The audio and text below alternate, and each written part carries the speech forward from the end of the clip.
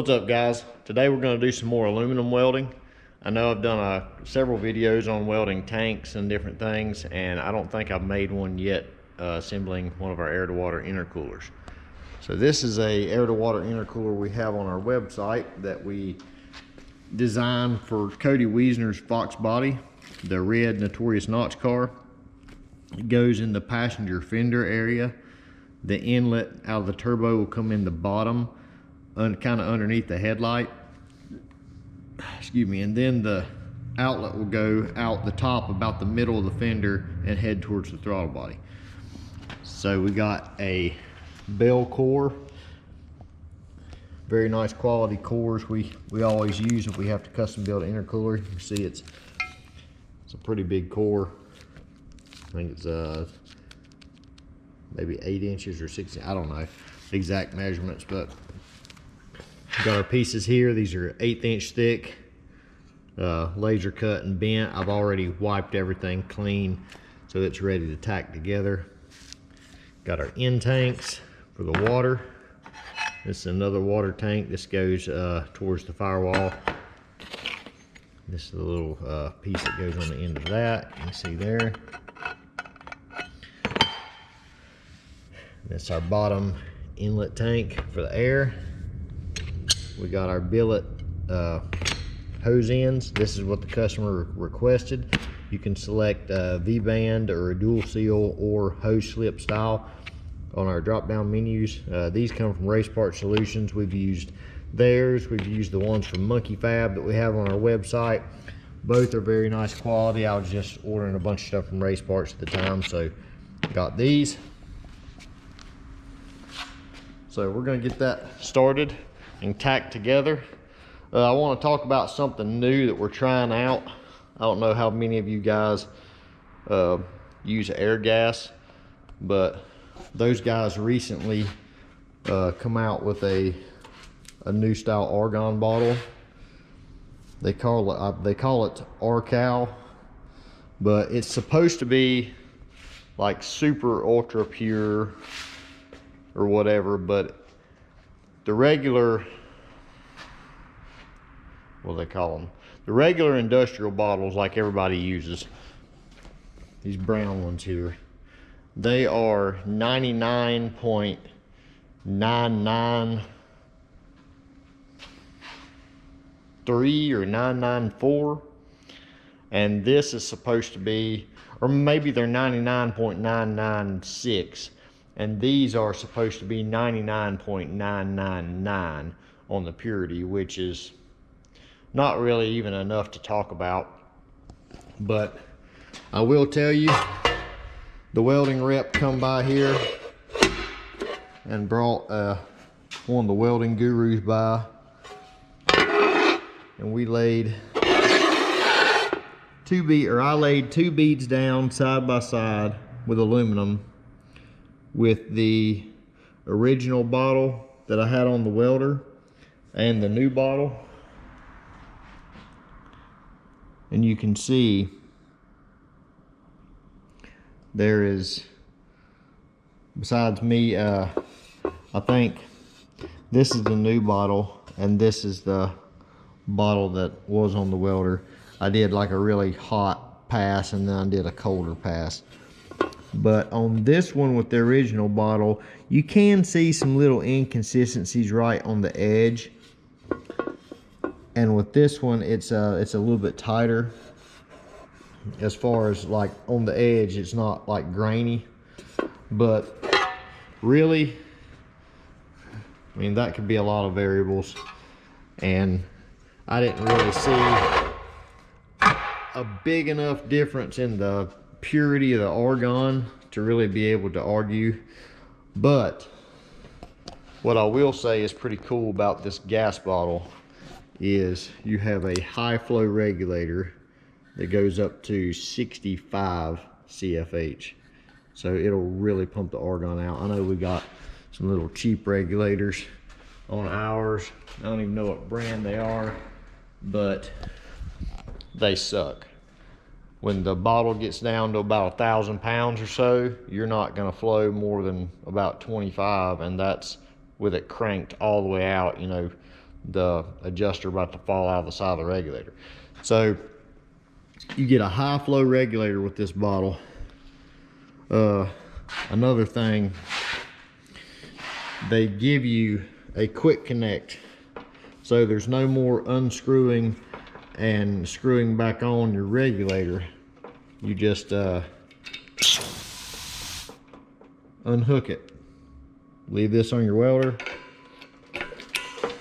hook it back up, unhook it, just like an air hose. So that is one really cool advantage. And check out this, they have a full and empty gauge. There's no more pressure gauges, but on, off.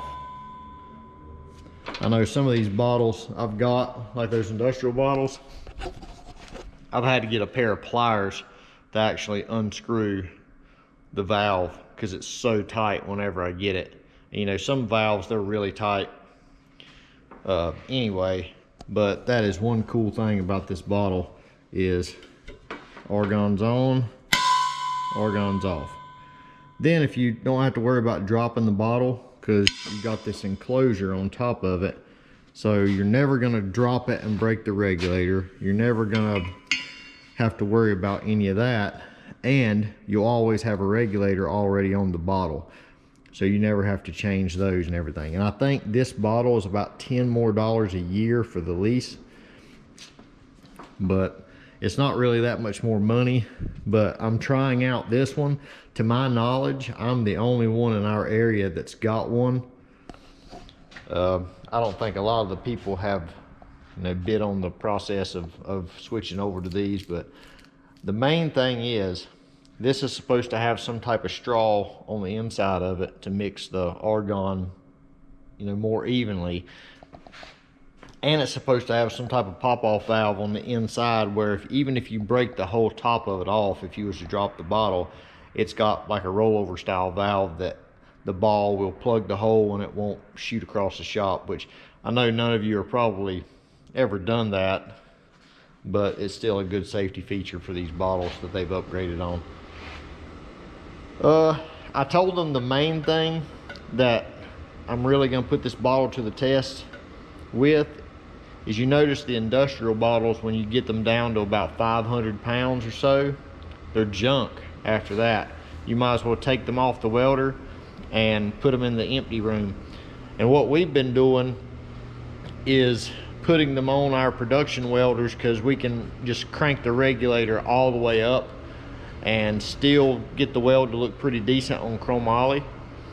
And that's really the only use we can get out of it at that point, because stainless and aluminum, you can forget it when it gets down to about even 700 is starting to get pretty bad on stainless and aluminum. So on this bottle, the true test will be if I can run it all the way down to empty and still get the same gas purity.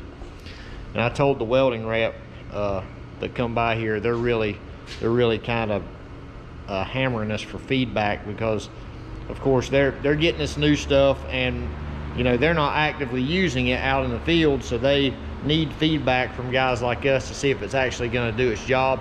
So when this bottle runs out, I'll come back and give some feedback on whether it's worth switching over. And if it is, we're going to switch all our bottles over, because I like the extra options on this bottle. So enough rambling about that. We're going to set the camera up and on time lapse, and I'm going to get this intercooler assembled, and we're going to do some welding. So here we go.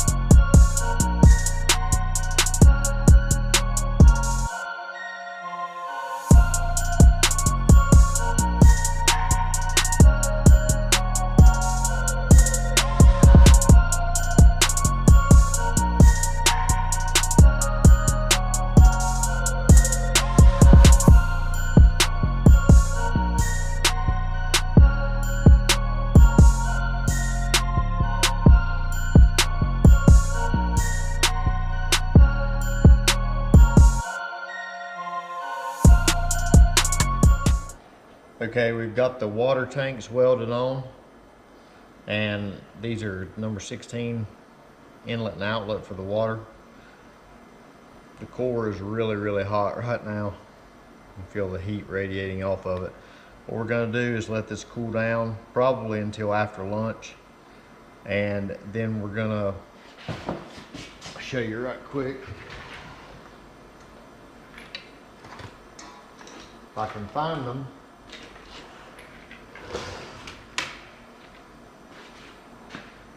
I've got these caps. I've got this one is drilled and got just a regular valve stem in it. And this is just a regular cap. Put these on there. Now, I usually put about 35 to 40 pounds of pressure in there. You're never gonna have that much pressure with water, but want to make sure it don't leak. So put 35 or 40 pounds of pressure, and then go around with a soapy spray bottle and check all the welds and make sure there's no leaks. And if there's no leaks, then we'll take these back off, wipe everything back down, and then we'll continue with putting the air tanks on it. So let it cool down. We'll do that process after lunch. I'll video that as well, and then we'll continue building this thing. All right, we've got the core cooled down now. It's the end of the day actually. I went ahead and welded together another tank, and the welding torch coolant line blew off, pumped out about a gallon of coolant on me and about ruined what I was working on, but that's another story. Caps are on. I drilled this one, just put a standard valve stem in it so I could put air pressure on it. I got these pretty snug. I'm gonna put about 35, 40 pounds of air in here, and then I'm gonna spray soapy water around it and check for leaks. So when you're putting air in these things, just bump them, because it don't take long to get a lot of air pressure in these things. Right now we got 10 pounds, just that little bit. Got 18 pounds.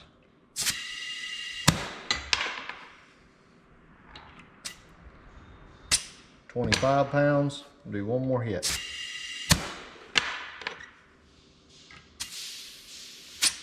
All right. It's about 32 pounds. We'll just stop there. That's going to be enough. There's not going to be near that much water pressure on it. Whatever a rule pump or something puts out. But what we'll do, get this over to the edge where we don't make a mess. This sprayer is worthless. You spray all the welds down.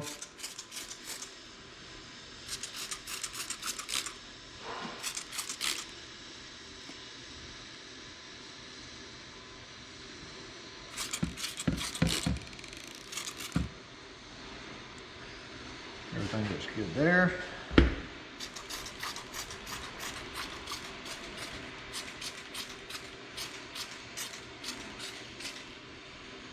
Usually don't have any leaks.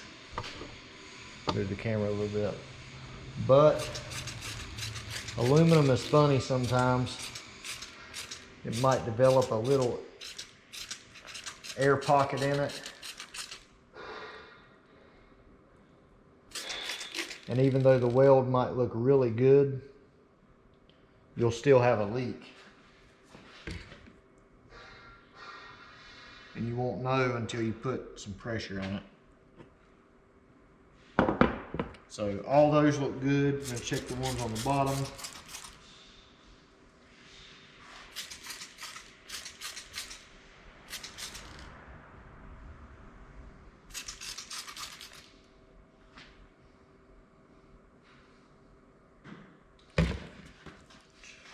This thing is pissing everywhere.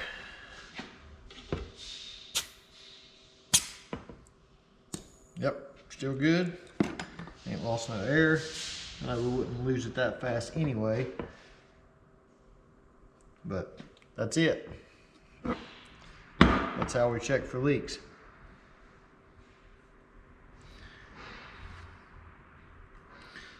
Sometimes you gotta watch, because if your soap is too sudsy like me, just as long as your bubbles are not growing, that's the main thing. And we're good to go. So now, get a rag and wipe all this off.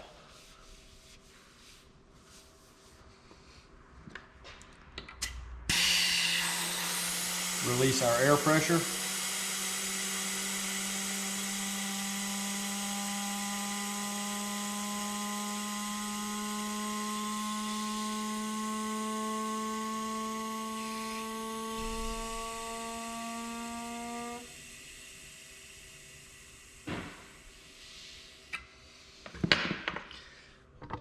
Camera back.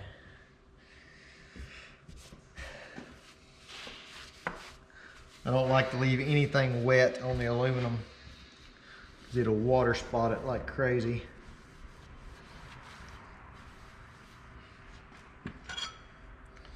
So now we'll get these things off. They're probably going to be super tight.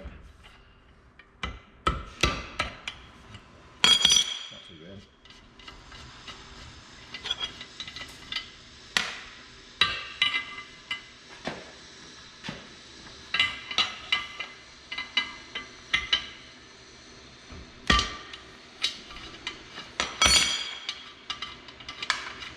So now that we're leak free, tomorrow morning first thing we'll weld the air tanks on. So see you then.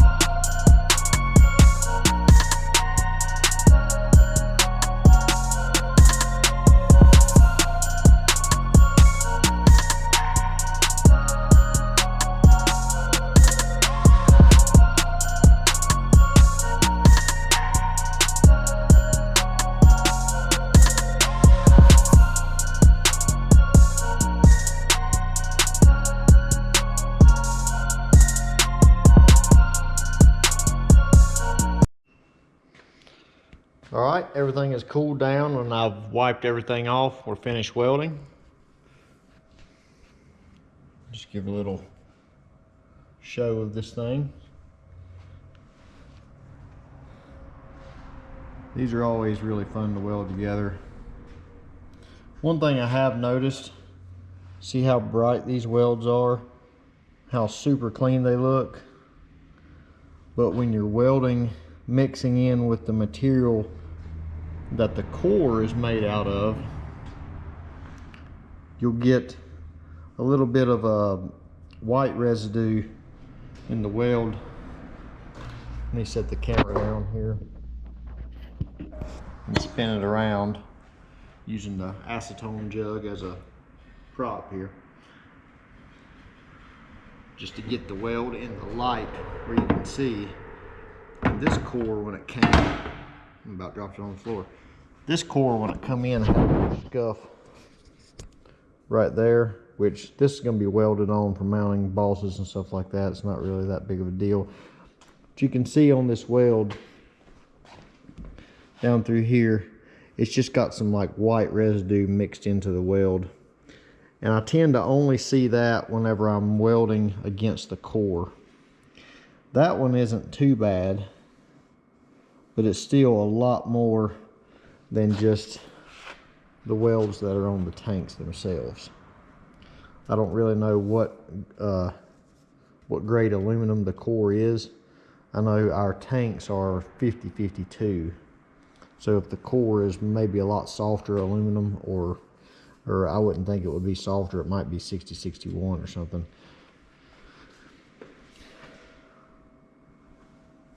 That's basically it. This customer wanted the rolled tube ends, like I said earlier in the video. We make these also with dual seal connectors, V-bands, whatever they decide. See inside there. 16 water fittings. Pretty much covered all that info already. I'm just kind of repeating myself. But you can see up in there against the core, it's kind of chalky. And I think maybe a lot of that is I'm pushing the limits of the tungsten. I made a post on the fabrication page last night seeing what guys are doing as far as their tungsten, what colors they're using. White seems to be my go-to for aluminum. I like the tungsten sharp. It'll ball up really tight at the end, right at the point, and the white seems to be able to not collect dirt as much. The tungsten doesn't get near as dirty, and that's what I want. I like this whole piece. I cleaned the tungsten a couple times because welding against the core kind of makes it flake. And I think, like I started to say, I think I'm pushing the limits of the tungsten. I'm using probably 190 amps full pedal across the core because it's dispersing the heat so much.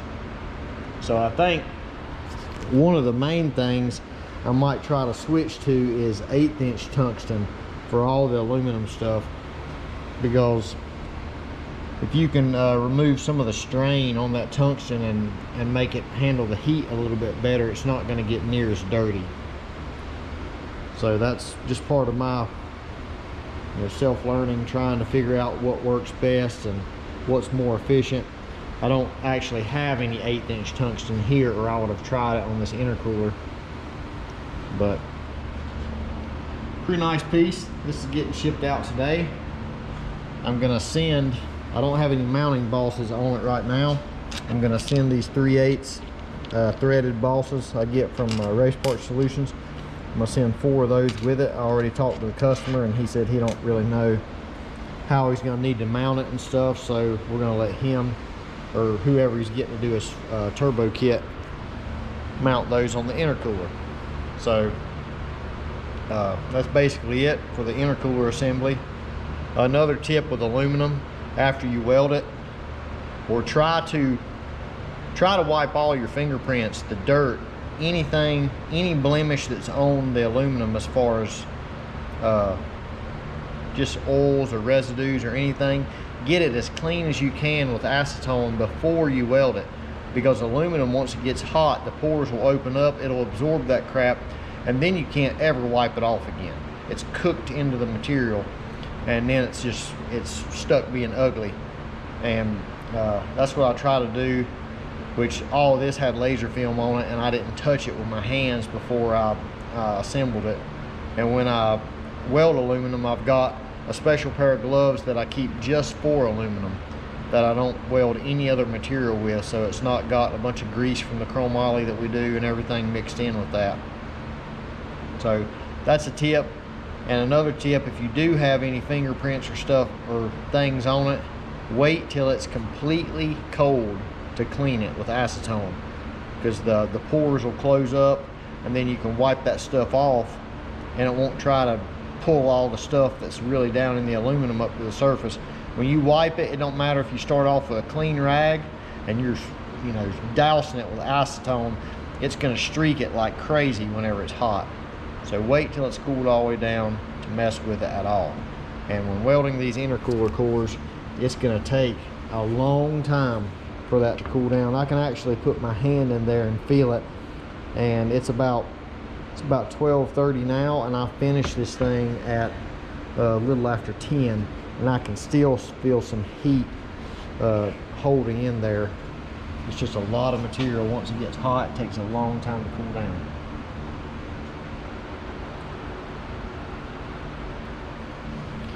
But that's it. So see you guys on the next video.